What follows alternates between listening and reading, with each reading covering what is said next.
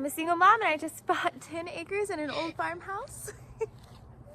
Can't believe I'm saying that. About 3 weeks ago, my children and I moved into this old farmhouse on 10 acres, sight unseen.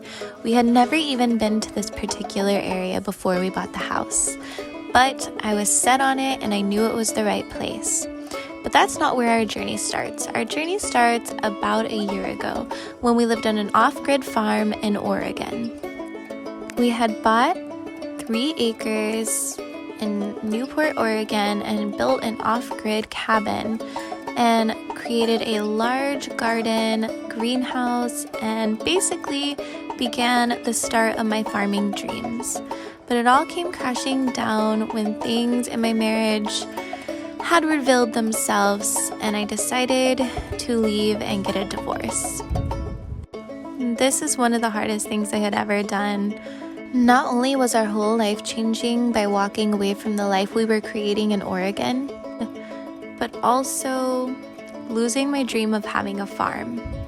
While this farm had by no means gotten to where I was dreaming to be, having a productive farm and having a beautiful farmhouse, it still felt really challenging to walk away from all the work I had put in to build my dream, planting hillside gardens and perennials. But I knew it was something I had to do for the wellness of me and the girls. So we moved into our van and started traveling the US. So we went to beautiful places that I had always hoped to see. We especially traveled to North Carolina because it was one of my top destinations that I was really hoping to buy a farm in. And yes, ever since I left that farm, I have been looking at other farms. We spent nearly a year traveling the US. We saw so many beautiful sights, including these wild horses. My daughters loved the travel life, but we all missed farm life.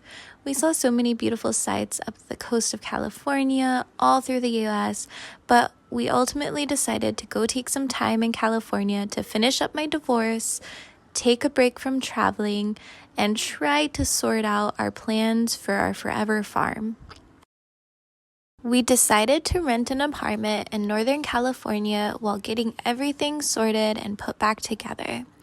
And we were hoping that we would fall in love with the area and stay there, but that didn't quite happen. During this time, I not only worked on my healing and coming into myself again, finding myself again, but I also published my first kids book, Bear Becomes Aware, and I also built up my business more. But mostly, I just reconnected with my babies. I homeschool full-time, and so we were really just focused on exploring our different homeschool activities. The girls are child-led homeschoolers, so they take the lead in that. But once we found our dream place, I put an offer in, and to my freaking surprise, they accepted it. So we once again packed our bags and began the journey across the United States.